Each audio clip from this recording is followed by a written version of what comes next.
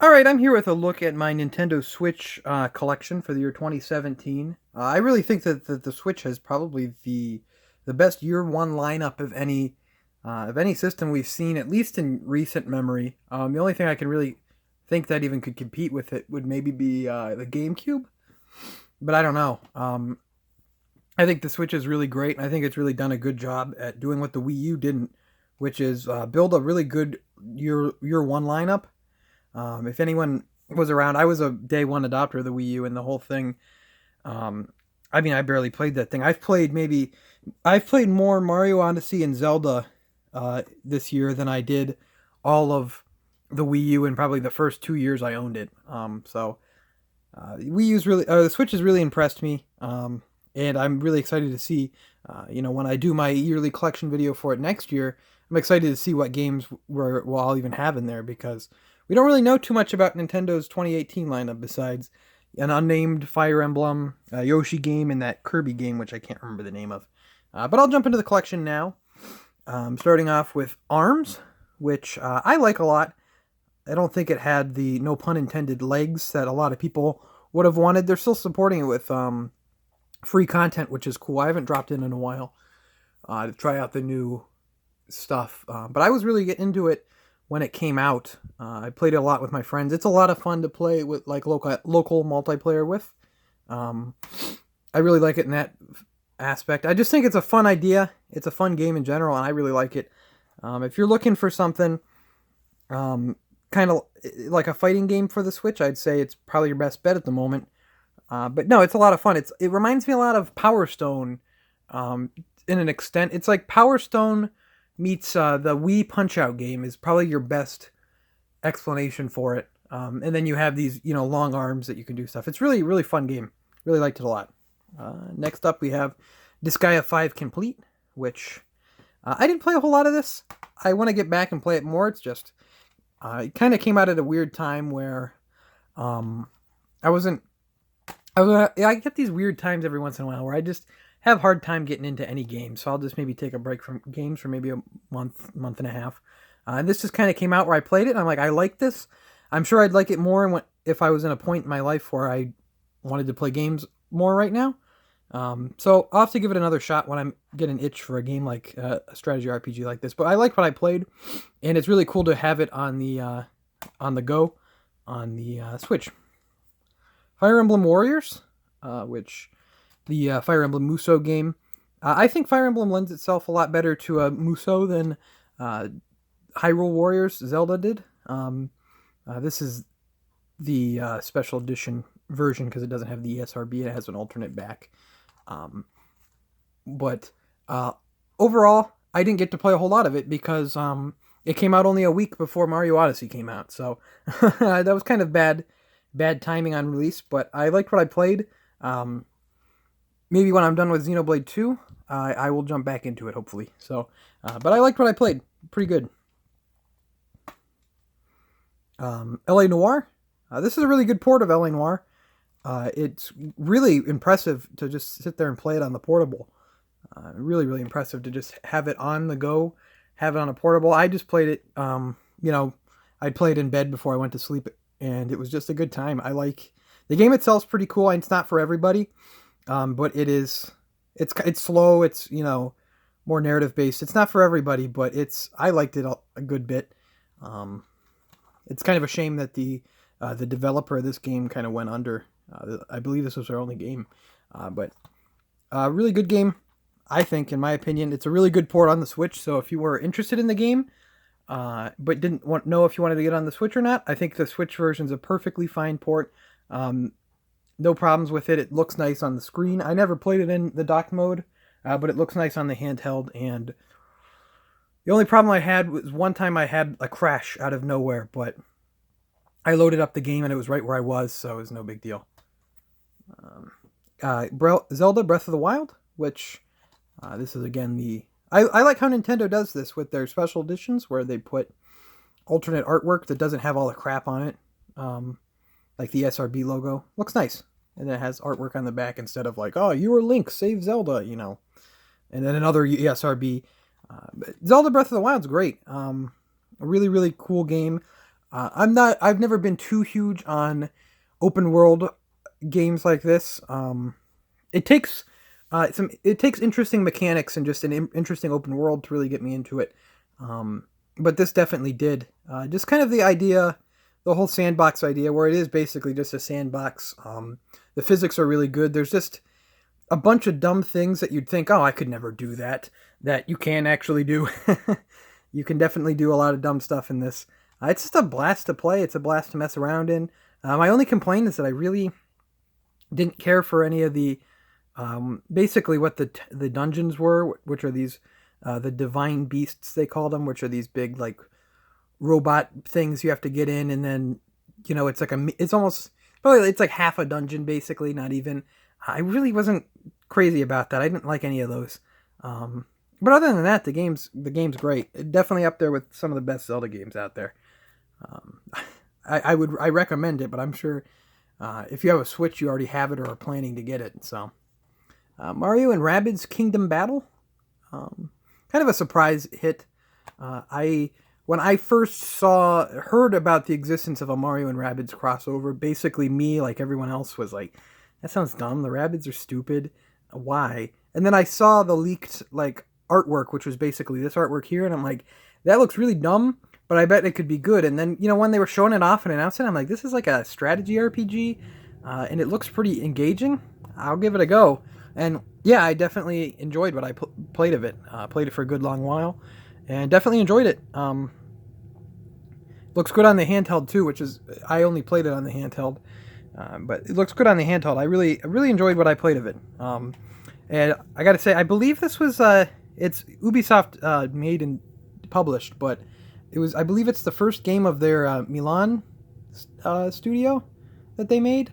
Correct me if I'm wrong. I think this is their first game though, and it turned out really great. And I hope to see more things like this, where Nintendo kind of gives free reign to one of their licenses to another developer and just lets them run loose. They did it with Fire Emblem Warriors there, and they used to do it a lot in the like GameCube, Game Boy Advance days, which like Minish Cap was made by Capcom and F-Zero GX was Sega, and I think Namco had a lot to do with Star Fox Salt. So I'd like to see them do that again. Maybe get some interesting new ideas with an old franchise. Mario Kart 8 Deluxe. I was a big fan of Mario Kart 8 on the Wii U, and 8 Deluxe is that and better. It has all the DLC, which I bought on the Wii U, but I'm happy to play again. Has a good battle mode, which is mostly what I played 8 Deluxe for here, because I had already played a ton of Mario Kart 8 on Wii U, so it was nothing too new for me. But the battle mode was a lot of fun, a good amount of fun. Really enjoyed it. Splatoon 2, maybe a little disappointing to me, but I still really liked it. I just feel like it was basically a port of Splatoon 1 to an extent. I know there's a lot of extra features, which is great. I really liked Splatoon 1. And having Splatoon 1 on a modern console, or a more modern console with a better controller, and being able to have it, portable is great. So I'm all for that. But I just felt like it felt a little too samey to the first game.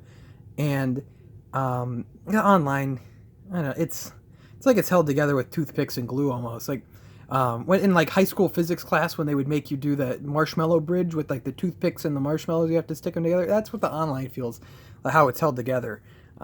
They could do a lot better with the online, and I hope they will. I hope they'll revamp it when they roll out their online services next year. Their paid online services next year. But it was just a bummer because I'd have friends. We would want to play it online, but it was like no good way to really get just the three of us into an online match all together, except to do like turf war and try to join all at the same time. So it was kind of a bummer, but good time overall. I played it a lot, so I definitely enjoyed it. Super Bomberman R, which has this awesome cover art that's kind of ruined by this 33rd anniversary, because I don't really know anyone who celebrates the 33rd anniversary. But this cover art's great. The art style of the game itself is pretty great too, at least the cutscenes. And other than that, it's pretty standard Bomberman fare. I think it's cool that Capcom they've been updating it with some free updates, giving you some cool stuff. There's all this Konami stuff. They put like a pyramid head, Bomberman type guy in it, as a reference, for Silent Hill, and just a lot of their old franchises are kind of putting in here, which is like the only way they're going to be alive otherwise, because I mean Konami's pretty much dead in the grave. But I really liked Bomberman R. I think it's cool. I think you can get it pretty cheap at this point, or at least cheaper, and I say it's worth a shot. We got here Mario Odyssey, which I really liked. Mario Odyssey. Mario Odyssey is great. I don't know. It might be. I don't know yet. It might be my favorite 3D Mario game at this point. I don't know. That's always a tough one to figure out, and it always changes for me, it seems. But no, I really liked Odyssey. It looked great. It played great. There's so much to do. It's a lot like Zelda, where it was kind of this sandbox type thing, where there's so much you think you couldn't do that you just kind of mess around and you end up being able to do it. The worlds were really cool. Presentation, like I said, is fantastic. I mean, I don't really have anything to say that no one, not everyone else hasn't said before, but I mean, it's just a blast. I wish they'd put some DLC in it and maybe added another world or two, or just some more moons or something. But no, I had a blast with Mario Odyssey. Great time.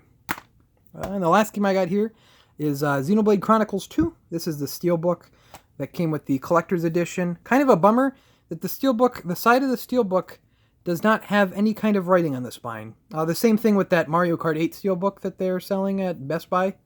No, nothing on the spine, so...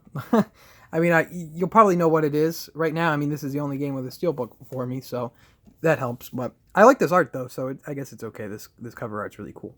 I like Xenoblade Chronicles 2 a lot. I've been playing it. I've been enjoying it. It's not without its flaws. If you pick it up, just be warned that it takes a little while for it to get really good. I think Chapter 3 is when I really started getting into it, but Chapter 2... wasn't bad or anything. I got through it. I didn't stop. So, I mean, that's saying something.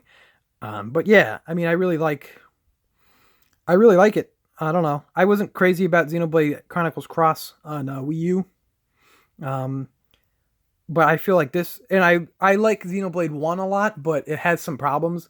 And I feel like this fixed a lot of those problems. Like, I didn't really like the UI of all the battle system in the past, but I think this really fixed it just with the fact that it, instead of being that stupid thing where you had to do it with the D-pad and move it over and everything, to pick your attack, now your attacks are mapped out to a face button, and there's a diamond on the right hand that tells you what it is, mapped to each button. And I think that's just a lot better. And the battle system's really fun.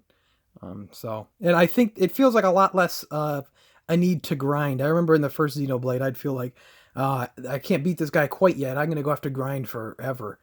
In this one, if I can't beat a guy, I can probably maybe change up my equipment, maybe go grind to get at least another level, and then I'm done. So I feel like it's a huge improvement from the other games. And if the other games kind of soured you, maybe give this one a shot. If you don't like what you see though with the commercials, or even any of the coverage on YouTube or anything, with the booby girls, that's not really a huge focus on the game. As you can see though, yeah, the girls do wear these dumb outfits that don't really make any sense, but I guess that's just Japan being Japan, I guess. I know a lot of people are like, oh, it takes me out of the game, which I wouldn't say that, but I think it's kind of dumb. I don't know. But I mean, it doesn't take me out of the game or anything, but yeah. And that's it. That's for my Switch video. That's my Switch collection. I'd like to thank you for watching. Make sure to follow me on Twitter and Instagram, both at Objo Gaming. Make sure to leave a like if you enjoyed, and comment with some of your favorite Switch games, or some games I might be missing. I don't have Puyo Puyo Tetris. I know that's a popular one. I didn't get that Street Fighter thing, and I'm glad I didn't, because they're making that Street Fighter 30th Anniversary Collection. There's a couple other ones I might be missing, so leave a comment with what I might be missing, and what games that you'd like to see on the Switch as well, maybe. Get some discussion there. But I'd like to thank you for watching, and I will see you next time.